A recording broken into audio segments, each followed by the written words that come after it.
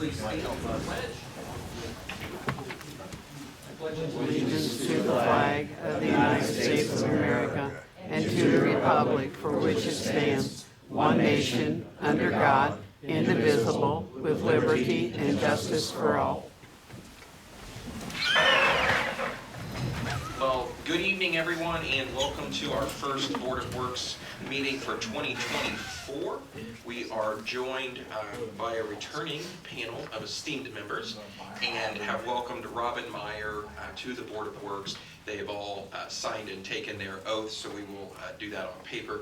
But Robin, welcome to the board and to our returning members. Thank you for joining us again this year. It's sure to be a great year of more activity to come. So welcome to the 2024 session. Today is Tuesday, January 9th, 2024, the time being 5:30 p.m. This meeting of the Greensburg Board of Works is called to order.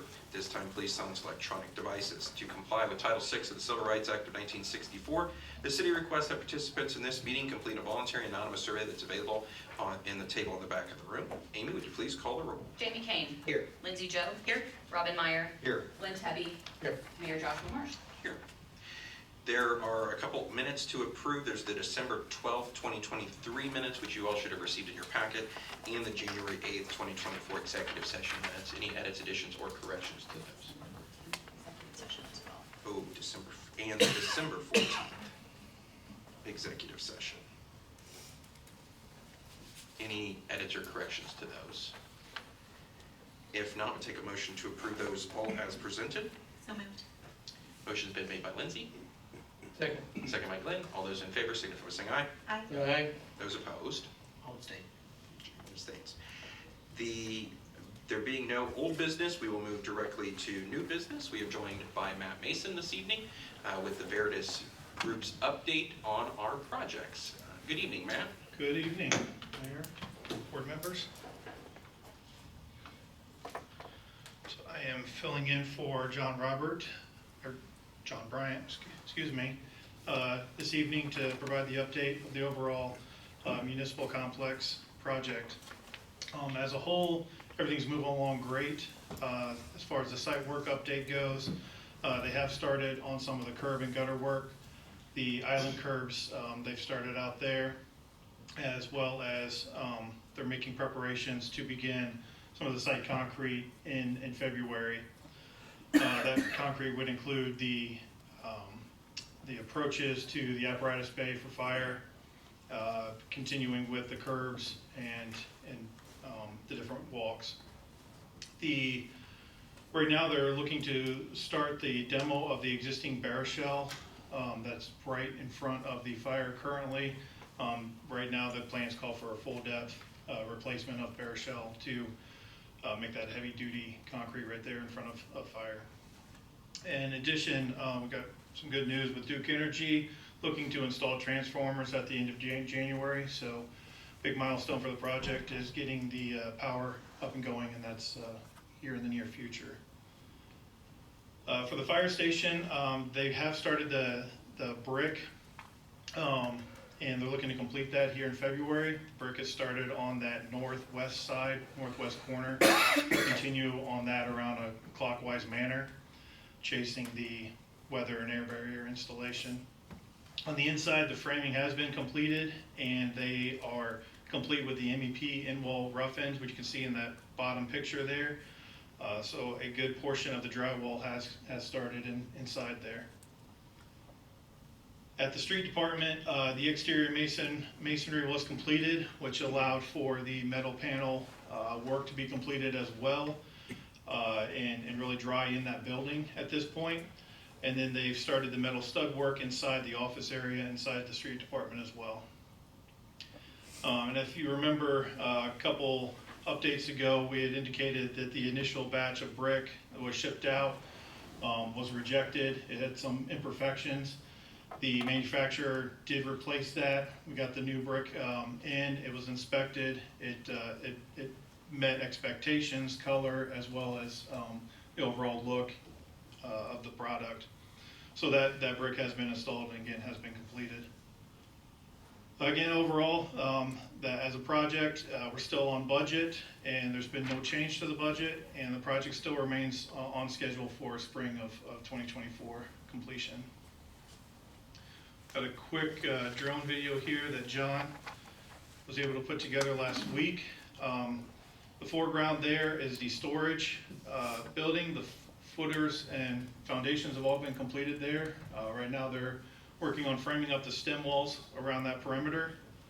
The salt barn roof has been completed. And again, with the street department, again, all of the roofing's 95% complete. The metal panels have been completed. It's, for the most part, all dried in. And the crews are able to work inside there without further impact to weather. Right there in the middle of the screen are the two island curbs that, again, they've been able to start. And that all the plastic area there, that is for the masonry. That's where they started the masonry. They're able to tent that in to continue installation through the winter months. Next week, it may be a little too cold even for when you do temp heat inside those tents. So we're looking at some temperatures. There may be some lag next week, but they'll be able to keep going throughout the rest of the winter. Same thing here, the roofing is nearing completion. For the most part, the bulk portion of the facility is dried in. And except for, you can see the first floor roof there. That's the portion where they'll be moving on to next to finish up that roofing and then be able to completely dry in that facility.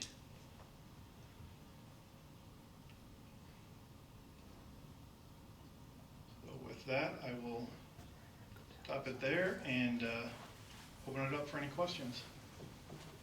We had concern about, was it the transformer early on? How's that got looking? Yeah, that is, again, they're looking to be able to try to install that by the end of January, so. Okay, that'll be. That'll be within time, yep. And I keep, thought, we thought early on we weren't gonna make even the spring deadline, right? Is that? it's looking like we'll be able to get that in. Perfect. Anything else for Matt? Okay. Thank you. Everyone. Appreciate it. Thank you. Chief McNeely, you have our topic from last night's executive session. Yes. Evening, Board. First, thank you yesterday for your time coming in and meeting with the applicant that you met with last night. You should have had in front of you a piece of paper, a document that I created today. We are requesting a conditional offer be given to applicant number 1. Furthermore, I went ahead and added on that document and respectfully request a reinstatement of benefits as discussed last night and as included on this document for applicant number 1. I'll make a motion, we approve. Motion's been made by Jamie, Second. seconded by Lindsay. All those in favor signify by saying aye. Aye. Those opposed? Thank you. Thanks for the help, and we welcome him to the team. I am happy to report I did pass out 7 background checks to applicants, or to our investigators to begin for the next round. I'll probably be looking to try to get up again in front of you next in February at the next meeting, so we'll need to find some time between now and then. So just so you have a heads up. 3 more openings right now? Is that We what have it is? one more. One more opening, okay, yeah, no. Yep. Yeah, thank you. Thank you. Assistant Chief Meyer, you have a couple things as well. Yes. Good evening. Thanks for joining us. Good evening. So most of you probably recall we started a wellness program a few years ago here at the police department. Since the inception of that program, we've struggled with COVID, restricting gym use, and then some other issues throughout our building that restricted use. So last year, we reported that only 4 of the 9 people enrolled in that program were able to satisfy all requirements. If you don't know, the requirements for that are that they complete an annual agility test with us. They have to log 2 quarters of workout time in the approved workout facility. They have to complete a physical wellness visit and a mental health wellness visit.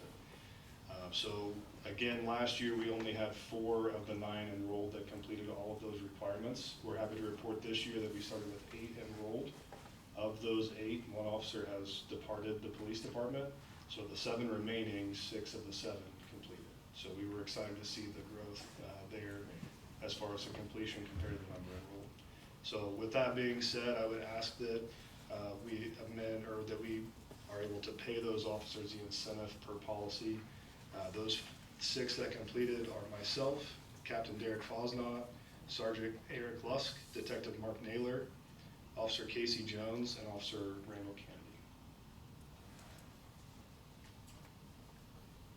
Commend you and your fellow officers for completing that program, and I would move approval of payment for the incentive.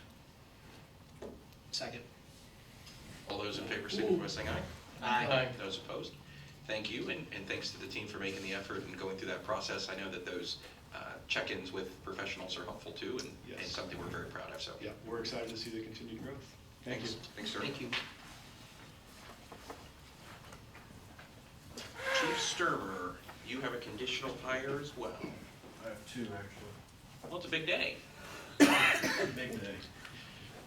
Board, as we met last month, I bring to you conditional offers for candidates number 2 and 4, and seeking approval for those offers to be extended and made official as we work through their medical and physical screening processes.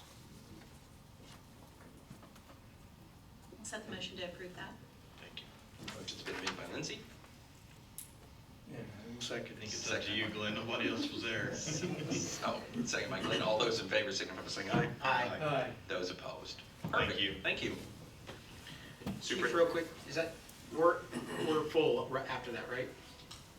Currently, yes. Okay. That, doing it now allowed us to, we had 1 firefighter depart on the 27th for Indianapolis Fire Department. And so by doing it now, we're able to fill the 1 spot we had open. That spot is now open, was open, now full. So if these 2 gentlemen pass, this will put us at a full staff. Perfect. Thank you. Thank you.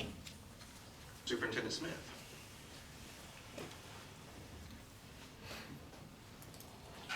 Good evening, Board, Mayor. A couple items on my agenda this evening. I'll jump into the first one here. Wilo pump purchase, kind of a brief description of kind of what that is essentially we have 2 of these pumps that are located in our headworks building at the plant. They essentially remove all the solids that are coming into the aerated grit removal tank, and they move those solids up into a hydrocyclone and then over into a waste tank. So they essentially handle all the solids coming in from the city of Greensburg.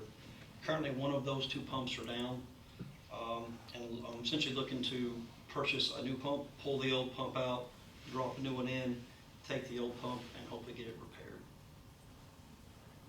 So, we currently do not have a spare, and also the pump that will soon be pulling out of there is the original pump for that building. It's 16 years old. So, and it runs 24/7, so it has a lot of operational hours. Money's within the budget, yeah, right, for, Correct, yes. I'll make a motion, we approve the purchase of the pump not to exceed the, it says, what's the quote, $17,040.05? Correct. So I'll second that. Motion's been made by Jamie, second by Lindsay. All those in favor signify by saying aye. Aye. Those opposed?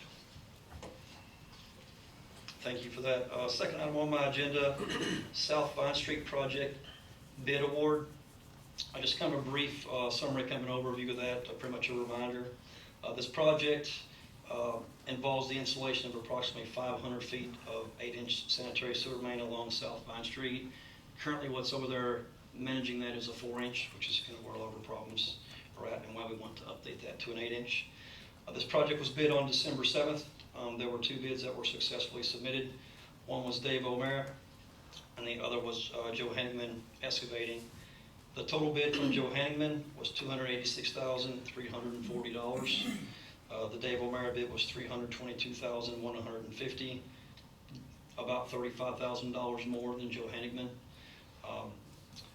A pre-construction meeting will occur in March, with probably construction to soon start, maybe be possibly April. That's all dependent on the asphalt factory, so kind of when they fire back up. This project is scheduled to be completed by hopefully July into August. and potentially finish up by August into September. So with that being said, it's my recommendation to the board to award Joe Henningman Excavating the contract of reconstructing the South Vine Street sewer for a cost of $286,340. As I recall, this was discussed at the last meeting, and we delayed it in order to have, am I correct, to have the engineers that, reason we didn't accept it at the first, because the engineers thought it was over their initial estimate.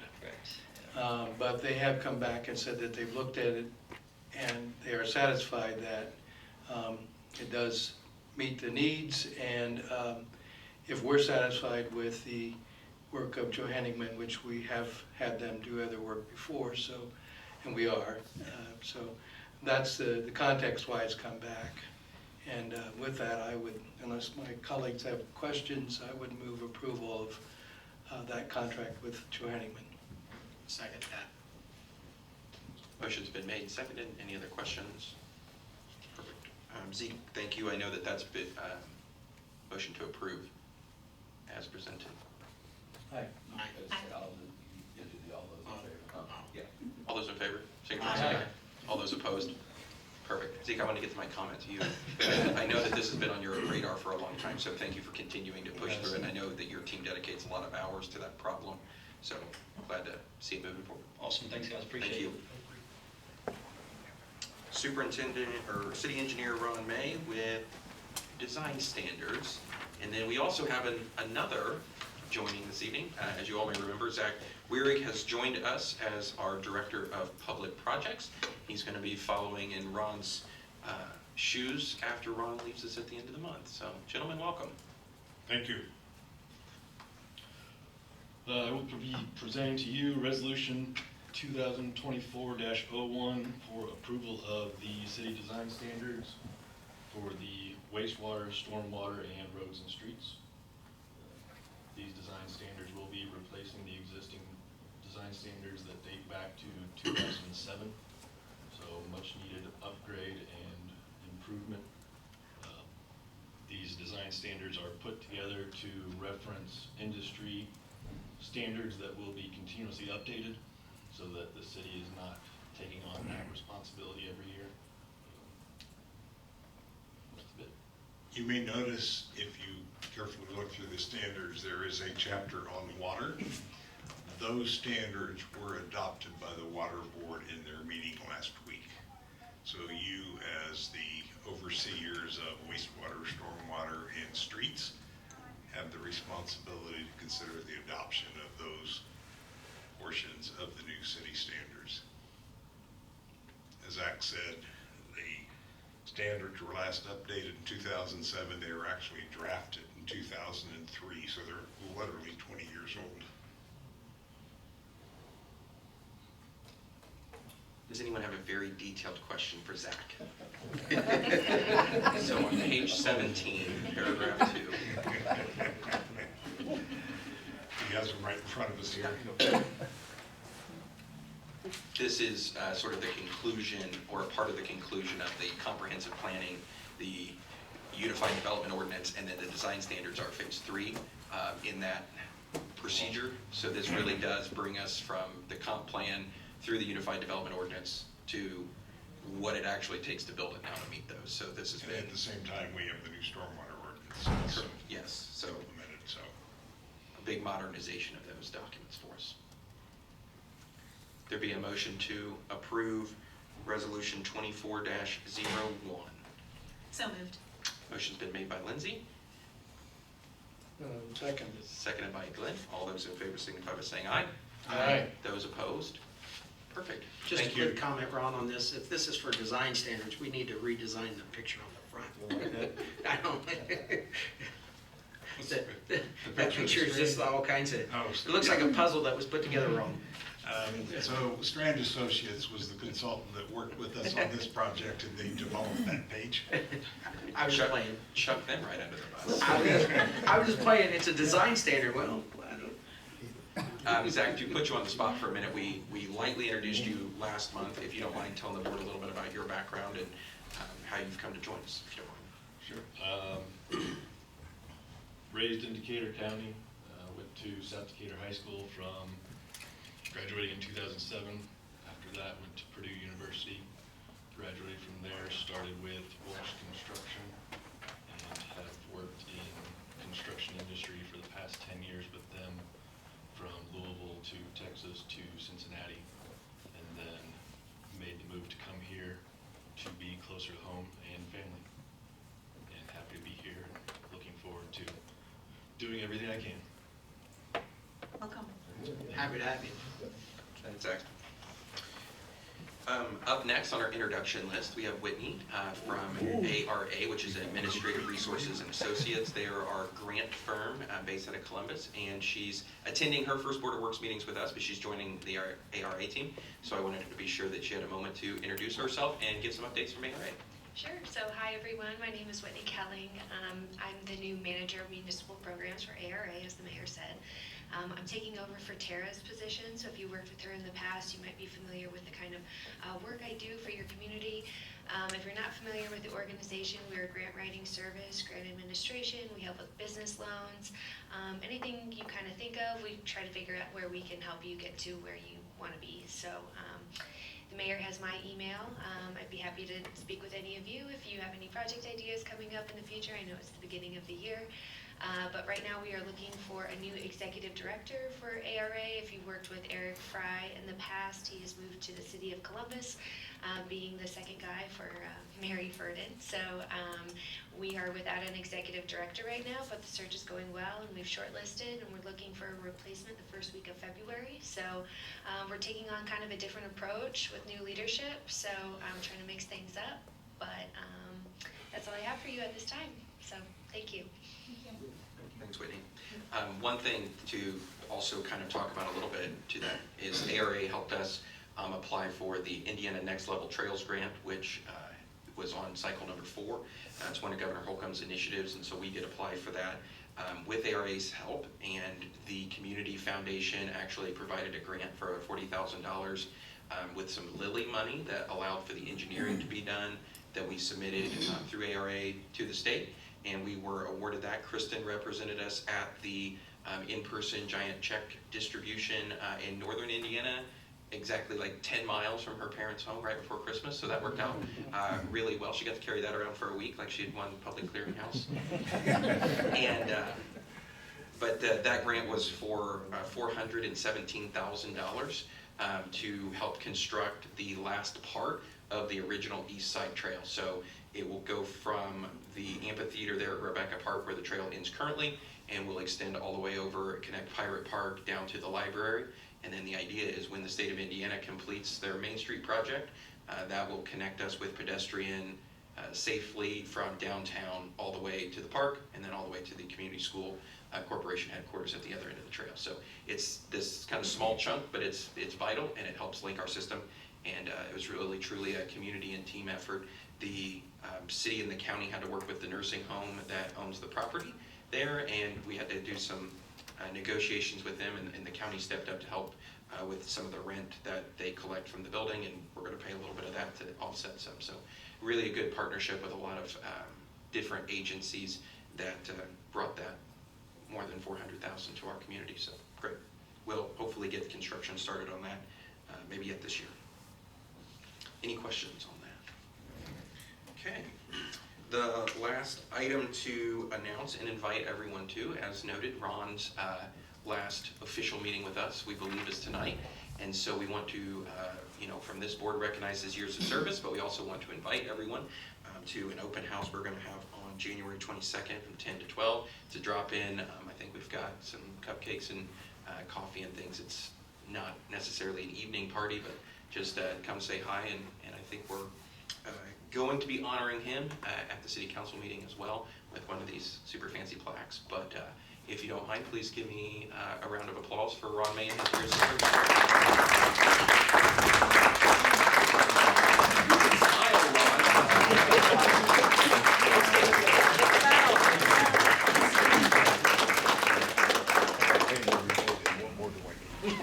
So Ron's obviously obviously been an instrumental part of my time here, along with the last nearly 10 years, serving the city, and very, very valued member of the team. And we wish him well in his retirement and extend him an invitation to come see us anytime he'd like, as long as it's on a Wednesday and sometime when the front door's locked. Anything else, board? If not, I would take a motion to approve the claims as presented. So moved. Motion's been made by Jamie, Second. second by Lindsay. All those in favor signify by saying aye. Aye. Those opposed? Anything else? If not, take a motion to adjourn. Motion's been made by Jamie. All those in favor signify by saying aye. Aye. Those opposed? We'll see everyone next month, if not before.